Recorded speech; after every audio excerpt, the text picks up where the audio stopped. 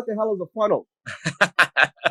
Well, All those who don't know. Yeah, for sure. So what we're talking about here today is specifically a quiz funnel. So the question is really, what's a quiz funnel exactly? So you can imagine when someone lands on your website, if you've got a business or you're thinking about starting a business, instead of trying to sell them your stuff right away, or instead of trying to get them to do the next step, you begin by asking a series of questions in the form of a quiz so you can understand a little bit more about who they are, and then customize the message you put in front of them, the piece of content you put in front of them, the video you share with them, the episode of your podcast that you share with them, the product that you sell them, or whatever it may be, based on their answers. So like a doctor, you're kind of diagnosing their situation so you can prescribe the best next step instead of trying to sell to everybody in the same one-size-fits-all way. So that's really what a quiz funnel is all about. Let me break it down for all the parents in here. When you are a parent and you say to your kid, especially when your kids get around 11, 12, 13, you say, what's going on? How was school today? Okay. What do you do? No, not what do you do. Like, you have a good day? Yeah, sure. What's going on in your life? Nothing. What I realized is the most effective way to talk to kids is give them a quiz.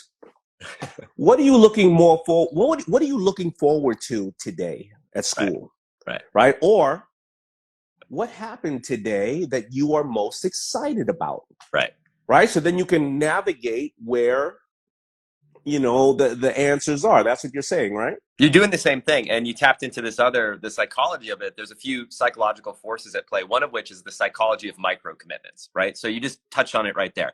You ask one of your kids, something that's too big of a question, like they're going to get scared off. Like they're going to be like, Dad, no, not now. So you begin by what? You start small, right? You start with little baby steps, little stepping stones that creates a little bit of action taking momentum. People get going. And it's sort of like, a big mistake I see people make online all the time is that people are always, they jump too soon. They try to, they're proposing for marriage before they ask for the first date. Is that on my side, or is that, I don't know. No, that's on my side. That's one of my sensors when people are somewhere around the house. So if I have to get the ratchet, if that goes off at 3 o'clock at night, it's going to be a problem. I will cut that off in a second. Sorry about that. Hold on 1 second. That's all good. Yeah, no, as Damon comes back, I'll continue down this path about sort of micro commitments, asking a series of non-threatening questions that lead people down this path. Otherwise you scare people off with like the big scary alarms, like Damon has in place. I love that alarm, by the way. It sounds like the ice cream truck, it's like, yeah, it is. It's you don't wake up at night like this, but somebody somewhere, I got a pretty big property, and that it's time to get the ratchet. Right. So I love that, the fact that you don't, because you're giving them a micro answer. You're getting a micro answer, so you don't want to be on a date and a man or woman says, "Are you ready to get married?" Right away, right? All right. Now, do you have preset? So I go into the site, and you say to me, what is your favorite color? And you already know that out of these three colors, it's another place to take them, and these three colors is another place to take them. Yeah, exactly. So I'll give you an example. This is a meta example. And I'll just kind of talk through it. I have it right here on my computer screen. You can see right here. Here's an example of one of these quizzes in action, right? So this one's kind of meta. What type of funnel is right for your business? So if you're thinking about, building a business online, there's so many different options, right? Do you do a video? Do you do a webinar? Do you do a sales video? There's so many different things you could possibly do. So this is a quiz that helps determine what type of funnel is right for your business. Are you selling apparel? Are you selling training? Are you selling an expensive product for thousands of dollars? Are you selling something for $10? Based on that information, we can identify what type of funnel is right for you. So you're kind of playing doctor. You're diagnosing a person's situation so you can prescribe the best next step for them. In the same way that if you think about your apparel business, right? If I said, "Hey, dude, I want to get a hat," you're not going to say like, "Buy this hat." Right? You're going to say, "Well, tell me a little bit about what kind of hat you're looking for. Are you a Yankees fan, or in my case, are you a Sox fan?" Right? So I couldn't wear the hat you're wearing right now because I'm a Sox fan. I had to take off my hat to be on this conversation right now. But you're going to ask me a series of questions, and you're doing the same thing online. You're just doing it in a way that it's automated so you can reach hundreds or thousands of people every single day. Yeah, no, I totally understand. I mean, it's very similar to the recommendations that people have when you have listened to this amount of music or whatever the case is. You know, there's a study, and by the way, a lot of people are saying the Shark Guy has no idea what we're talking about. You know, when we're on Shark Tank, you know, the reason why we talk like this is so that the people out there get to understand and it's not intimidating. I know exactly what you're talking about, but I'm trying to you know, make this better for the listeners or the watchers, so that that person, you know, is inaccurate. But I'll give you a further study about it. You know, about 6 years ago, they did a study at makeup counters, and they noticed that if they put an iPad at the makeup counter, 30%, the sales went up 30% if they had clues in there, because somehow people trusted technology and real, and if a woman went up to the makeup counter, she may not have looked like the way the woman was dressed there who was selling her makeup, or maybe the woman reminds her of her the woman who stole her husband, or the woman her husband cheated on with, or not, or somebody that was bullying her. So that woman recommends a different color or shade or whatever the case is. This woman might not necessarily go to it. Or the woman may be somebody that she respects and values and thinks is beautiful. But oddly enough, when they went to the iPad and they filled out questions on their shadow or whatever the case was, they trusted the iPad more than anything else, because they felt that the iPad did not have a personal interest in, or whatever the case is, when it's still programmed by the same woman. Right. I'll You give know, you so I'll give you an example, right? So this one I think will make a lot of sense for folks listening. So we created years ago a quiz called the Skin Type Quiz, and we partnered with a company called Proactive Skincare. So Proactive, multi-billion-dollar skincare company. We've probably all seen their commercials online.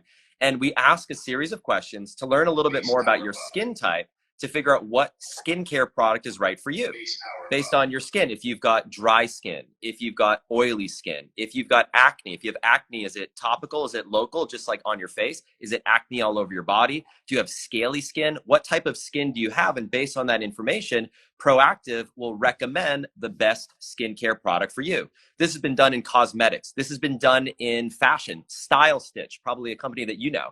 What Warby Parker, what glasses frames are right for you? Take this quiz to find out now, based on your tastes, the shape of your face, your skin color. All of these factors impact what glasses are right for you. So it's personalization is what it is, and it's the right. future of where the world is going. It's here now, and for anybody who wants to capitalize on this trend, there's never been a better time to do it. So, but how can you assess a funnel's effectiveness? Like, what are the KPIs that you look for, and how can you adjust that? And 1 second, my alarm. I just got to cut the base power off. Hold on. Yeah, it's Sorry. all good. It's all good. So, to answer Damon's question, so 3 factors that you want to be thinking about when it comes to a quiz funnel like this.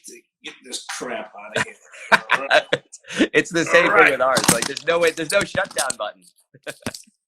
I'm in the studio by myself today. Sorry about that. All right, what are the KPIs? It's all good. So it's three numbers that we like to look for. So one is your cost per traffic. One of the big benefits of quizzes is that you can get incredibly cheap traffic. So you can cut your cost per traffic anywhere from 10 to 90%. So what that means is, if you're paying for shout outs on Instagram, if you're paying for advertisements online on any platform, Facebook, YouTube, Google, anything like that, you can cut your cost per traffic incredibly. And the reason for that is because when people take a quiz, they share it. If you take a really good quiz, you share it with your friends. You share it with your friends. They share it with their friends, and the quiz can go completely viral. So that traffic is effectively free. So that's the first kind of number that we looked at, is cost. Well, first of all, I know a lot about this stuff, but I didn't know that. So, I'm always wanting to admit when I don't know something, and I didn't realize that. But you're right. When you are either good at a quiz, or the quiz is stumping you, or is a fascinating quiz, you will share it with people. It's kind of like, those things on Instagram when you see what's your top 3 hip hop artists, if you only had, that opportunity, and then all of a sudden you see everybody answering this thing and sharing it. So that's good to know. Exactly. If I said, there's a parenting quiz that comes to mind. There are 5 main parenting styles. Do you know what your style is? Take this quiz to find out now. So you take the quiz and you're like, oh, I'm whatever, style 3. And you share it with your buddies, and you share it with your friends, and you say, have you taken this quiz? So that happens all the time. So incredibly cheap traffic is number 1. Number 2 is incredibly high conversion. So it's not just about getting people to take the quiz. It's about after people take the quiz, can you sell them more stuff more effectively? And the reason you can often double or even triple the amount of stuff that you can sell people is because you can customize the message that you put in front of someone based on their quiz results. So for example, if I'm proactive and I know that you've got dry skin, and I say, hey, listen, as someone who has dry skin, you've probably suffered from this and this and this. And you're nodding your head saying like, oh my gosh, like that's exactly what I'm struggling with. And I say, well, here's the product that I recommend. It's a custom recommendation instead of trying to go to my website and say, good luck, buy whichever one you think is right for you. So high conversion is metric and result number 2. And then number 3 is incredibly fast results. So this isn't one of these strategies that takes forever to see results. And the reason for that is, as I mentioned a moment ago, you can get results fast because your quiz can go viral. And I'll share an example of this. So I think we were talking about COVID the other day. Talking about COVID earlier, and I'm thinking about someone the other day who, her name is Dr. Tangi Watkins. She was a doctor, medical doctor. COVID hit, and she was on the front lines and got completely burnt out. So she said, you know what, I want to make a change. I want to start a new career. I want to become a coach. So she wanted to become a coach and serve people online. She wanted to help people in their career. So she created a quiz. What's your fulfillment score? How fulfilled are you really in your career? Take this quiz to find out now. And she got over 5,000 people to take this quiz. She started with no business, no product, no website, no experience. She just did this quiz. And she created what we call a pre-launch quiz. So she created this line of people out the door waiting for her to open up her services. She opened up the doors to her service as a coach, and she made over $20,000 in her first month.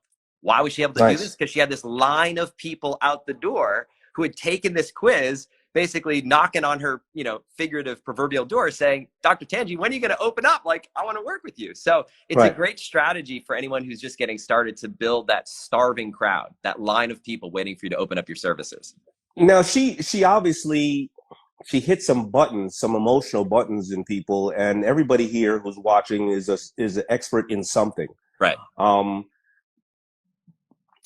So do you craft these quizzes, or do you suggest people craft these quizzes off of their experience, or do they go and do studies and say, these are the things that are keeping people up at night, whether it be about weight loss, whether it be about, exercising or mental health or whatever, the cooking? How do they come up with these great, ideas, you know what I mean? Or questions. So I'll walk through the process at a high level. So every successful quiz follows the same format: attract, diagnose, prescribe. Attract the right type of people in your world, ask a series of questions to diagnose their situation like a doctor, and prescribe the best next step for them. So let's talk about that attract step. How do you get people to take your quiz in the first place? You've got to start with a problem that already exists in your market. So I like to tell people, don't start with your product. Start with your customer. Start with your market. What is something that people in your market want to solve right now? Is it losing weight, making more money? Is it having a better relationship with their spouse? What is the problem right now that people want to solve? Start with that. So the topic of your quiz could be anything under the sun. But when it comes to the actual quiz itself, there are 3 types of quizzes. And a fun little thing that we'll do right now for everyone who's here live is I'd love to invite you to think which of these 3 types of quizzes might make the most sense for you. So first, type quiz. Type quiz is where you're putting people into one of several buckets based on their type or category. So if you, for example, if you're selling backpacks, you could have a quiz, what type of backpack is right for you? Take the quiz to find out now. And you're recommending the right backpack for someone based on their results. That's the first kind of quiz. Second type of quiz is what we call a killer quiz. This is where you're helping people identify the mistake that they're making in their life that's holding them back from getting the result that they want to achieve. So for example, if you help people lose weight, what's your biggest weight loss mistake? What's holding you back from losing the weight that you want to lose? Take the quiz to find out now. So I think of, for example, in the golf market, a quiz that over 10,000 people every single day take. It's called the Swing Killer Quiz. Take this quiz to find out your biggest mistake in your golf swing.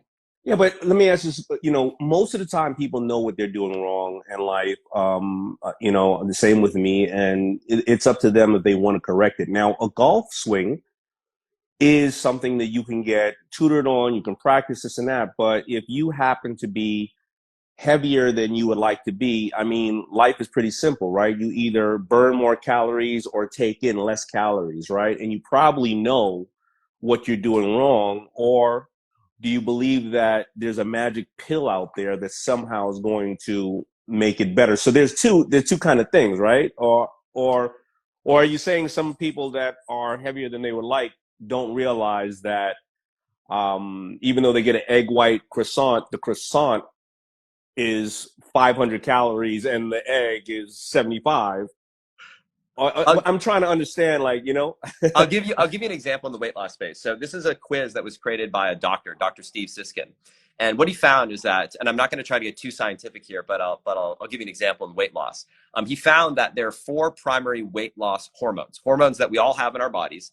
And by identifying which of these hormones is most out of balance, it can help you determine the thing that's been holding you back from losing weight. So the hormones are cortisol, insulin, ghrelin, and adiponectin. So these are 4 weight loss hormones. We all have them. But if one of these hormones is out of balance, your weight gain will show up in a slightly different way. If you have a high cortisol level, then you can have a lot of belly fat, especially as a man, right? So you can have that kind of the dad bod. I have it too, man. Don't. I've got it right here. If you have an insulin imbalance, you can be diabetic or pre-diabetic. I'll try to grab it right here. I'm actually a type 1 diabetic. So I'm a juvenile type 1 diabetic. So I've got an insulin pump right here that basically keeps me going. So based on asking a series of questions about things like, when do you tend to get hungry? Does your sugar tend to crash? Do you tend to have fatigue? Are you more of a sprinter or more of an endurance athlete? All of these questions can help determine what your weight loss type based on that, figure out how you balance that hormone. So for example, if cortisol is most out of balance, then it's maybe not about the food that you're eating and the exercise that you are performing. Cortisol is the stress hormone. So in that case, it might be about reducing your stress, getting more sleep at night, maybe doing some meditation, doing some yoga, actually bringing down your cortisol levels and not having such a stressful life. So when Dr. Steve Siskin created this quiz, it's a way to figure out that hormone, and then based on that, what you should do, what your next step should be. So that's like an example of a killer quiz in the. And I get it, because then you are giving a lot of more information than the simple overview. Now, so you said there was a number 3. Yeah. So first one is type, second one is killer or mistake, third one is score. So a score quiz is where you're evaluating basically where someone is in a success spectrum in an area of life. So for example, if you're evaluating, like, for example, if someone's starting a business and they want to figure out what's my best next step, right? If someone goes to you and says, hey, Damon, like, what should I do next, right? You probably, people ask you for business advice all the time. Well, you want to know where they are in their growth. Are they a startup? Mm-hmm. Have they proved concept? Do they have a team? Is it just a solo operator, like a founder all by themselves? Have they raised money? Mm-hmm. Do they have an office? You might want to ask these questions to know where they are in their journey of success, so that you can say, based on where you're at right now, here's the best next step for you. So to answer your original question, the first thing I was like to ask is, okay, of these 3 concepts, 3 quizzes, type, killer, score, which one do you think might make the most sense for you, for your project, for your business? And for anyone watching this right now, feel free to pop it in the comments and let me know if there's one that resonates more with you or that really stands out.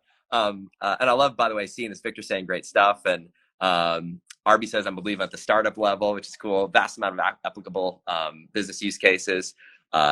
This is great. This is really, really good. Cool. And let me, I'm going to ask you a very stupid question that a lot of people, really, believe it or not, don't even understand why it's important. Why are email lists so important?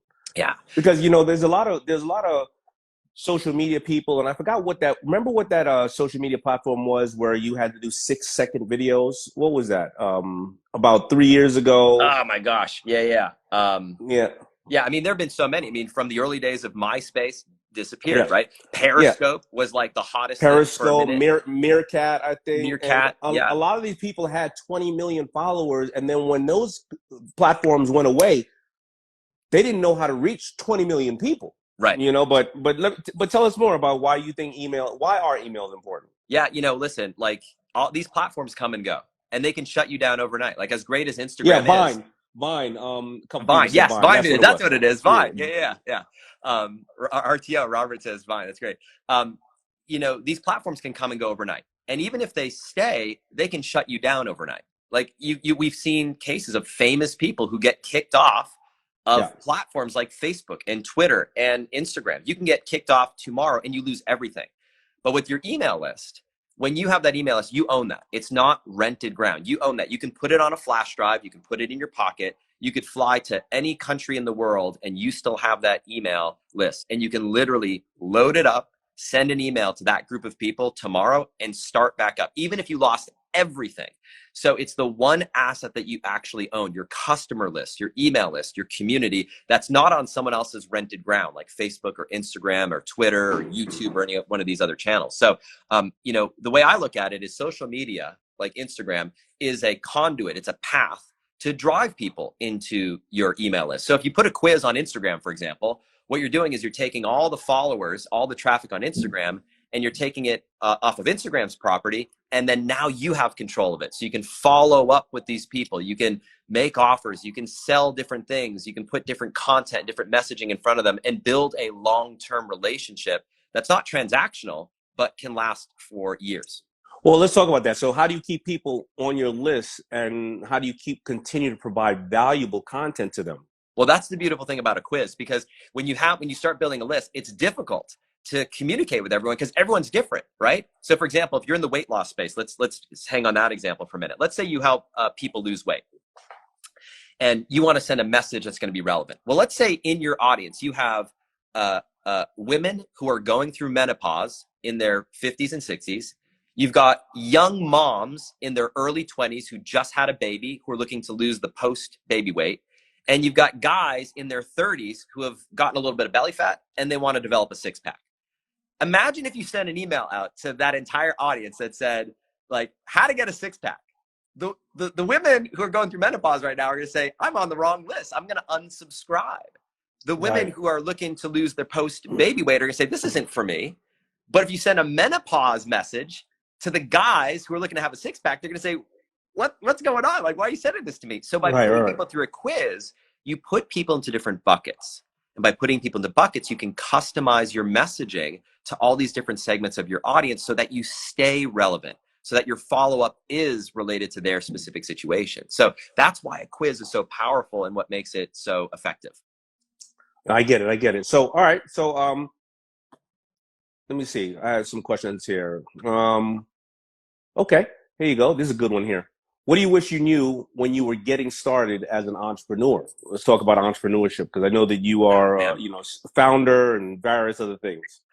So my story is simple. I grew up working class. First in my family, go to college. I had very good fortune of getting to a really good school, studied at the Ivy League level, studied neuroscience, worked on Wall Street, and then later in Shanghai, China. So when you talk about the masks, I spent 5 years living and working in China, and it was in the middle of SARS, bird flu, that time. So it was very normal for me to be in that environment.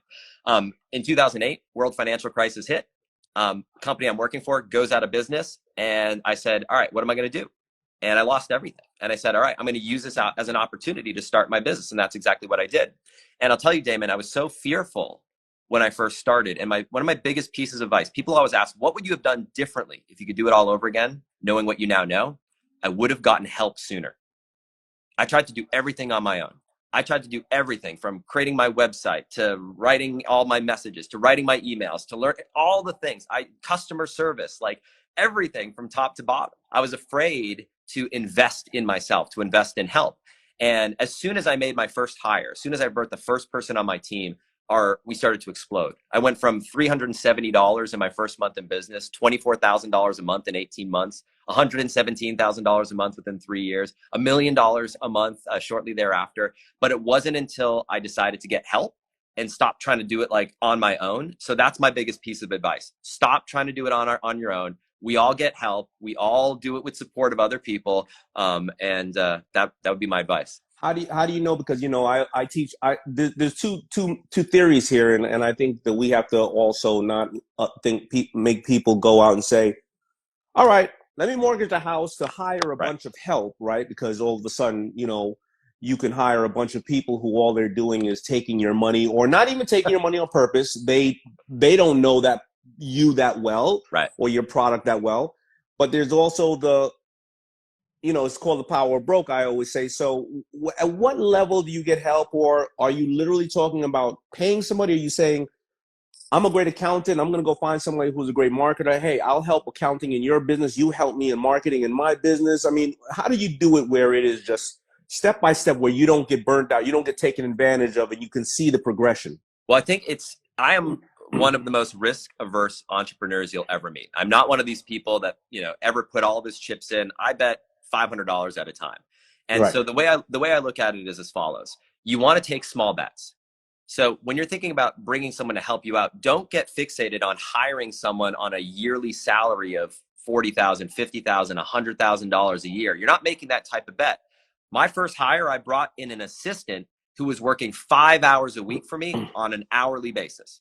So I said, I can Perfect. afford 5 hours a week just to help me with stuff. And the way you want to look at things is you want to look at what are the tasks you're doing in your life that are least expensive for you to have someone else do it. So for example, if you spend 2 hours a week mowing your lawn and you can find someone, a kid down the street, a teenager to mow your lawn for $10 an hour, well, $20, you just saved yourself 2 hours of your time. Now, can you make Excellent. more than $10 an hour in that 2 hours? And if you can, boom, that's how you spend your time. So you start at the lowest dollar per hour tasks that are easiest for you to outsource and have someone do, and then you work your way up. And that's And how to you grow. elaborate, and to elaborate on that, the world has gotten to the point where we're virtual, and you can find, like right now, if I wanted to find a senior who years ago did not want to trek through the snow or get on the train, or maybe have ailments, or they want to be home with their grandkids, I can find a woman who could probably type 80 words a minute standing on top of her head blindfolded, and I can probably hire her. And I saw this happen with one of my friends who was an attorney when this whole thing went down and started to crash. And attorneys are going to be in business forever now with all the Right. litigation and all that stuff. He asked his mother, who was 80 something years old, could she help, because she used to be an executive assistant. And he ended up hiring 16 women from her church Wow. to work virtually. And they all made him cupcakes and a bunch of food too as well. And he used a massive force of people. And now you can do that too. You can have somebody that you may have worked with years ago, or somebody who is on the other side of the country, other side of the world. They regained 4 hours round trip a day, or 3 hours round trip a day traveling, back and forth to work. They still got their day job. They could be helping you doing whatever you're doing. So somebody said the granny crew.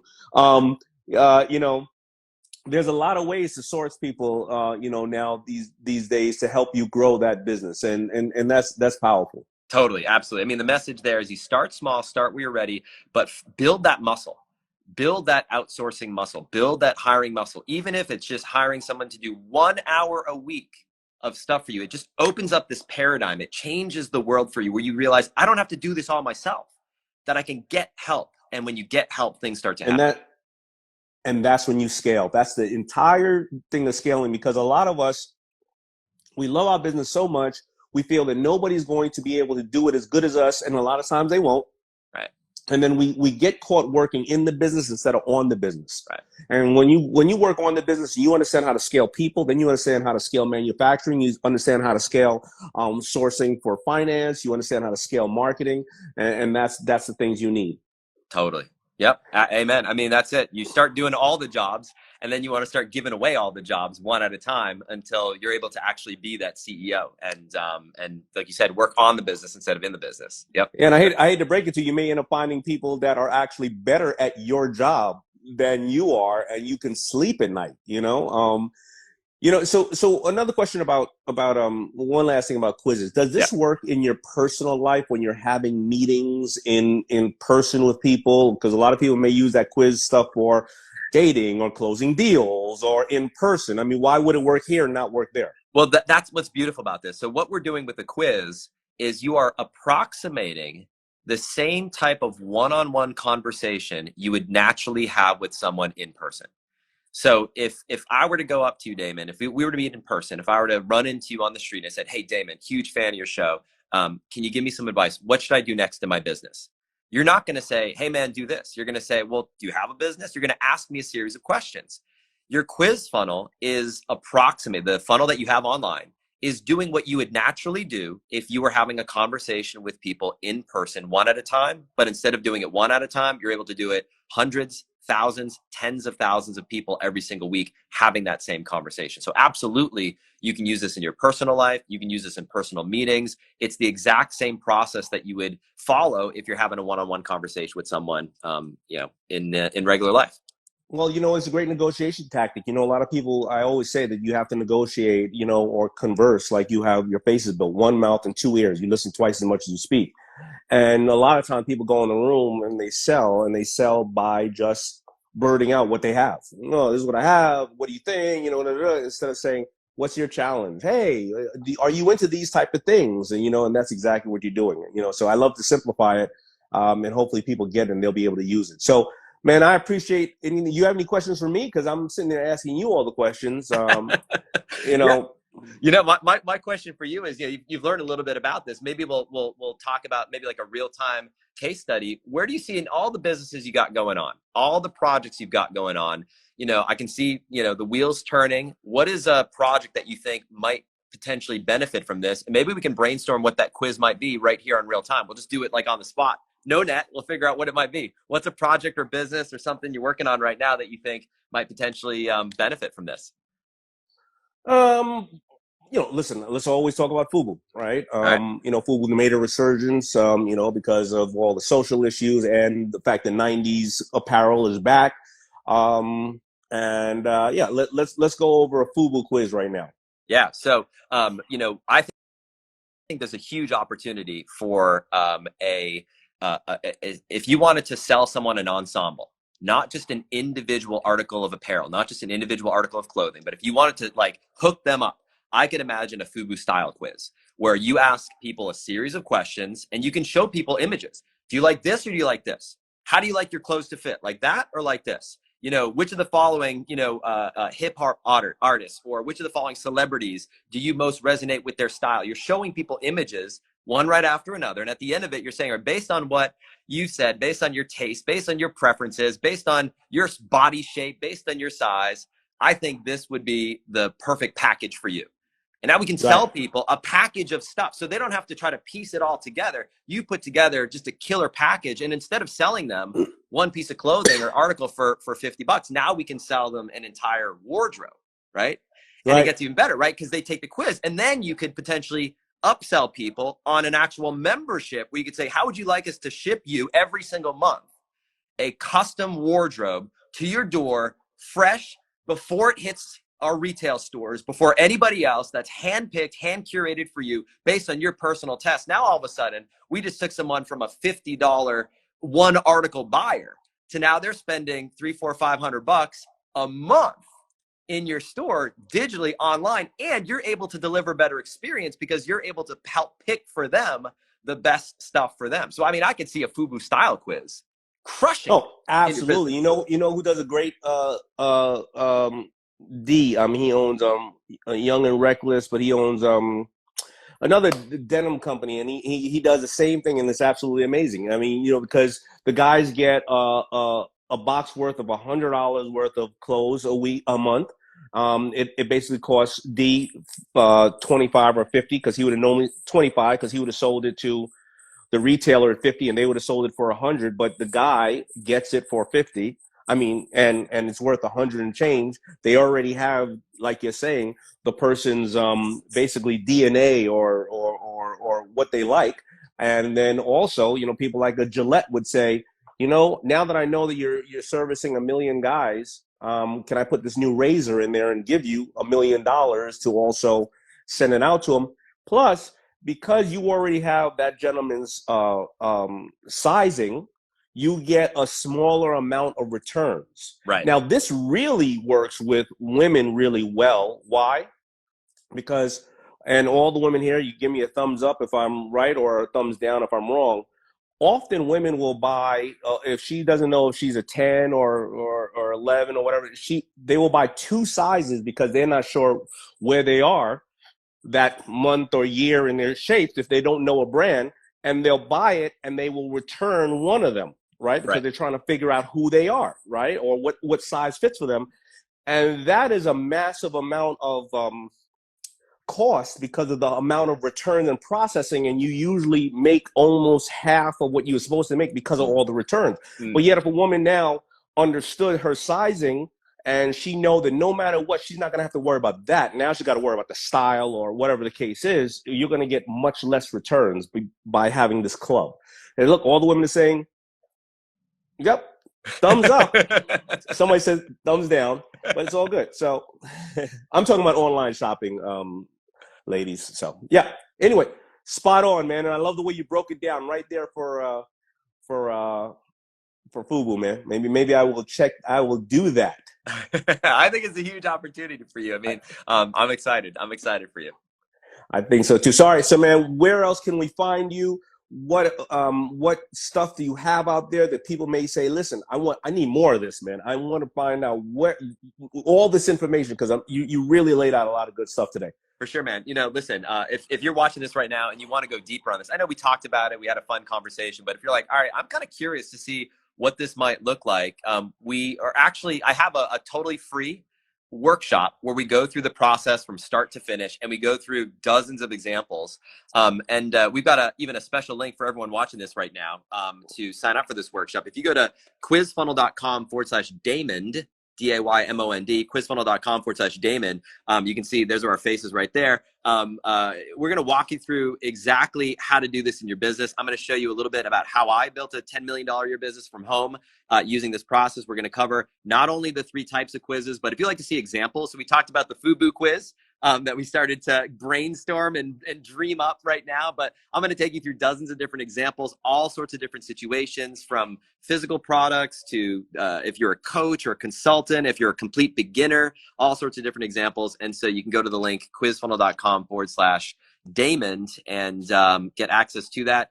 We're doing it this week, on Friday this week. So I'm excited to invite everyone here. All right, man. Well, thank you so much, man. And we will do it this week on Friday. And I wish you a really great week. And thank you for dropping all that great free knowledge. And you got even more. Appreciate it, man. Thanks for the opportunity and looking forward to it. You got it. All right, man. Peace. Take care. Yeah, see you. Bye. If you want another awesome video in our Black Excellence series, check out the video right there next to me. I think you'll enjoy it. Continue to believe, and I'll see you there.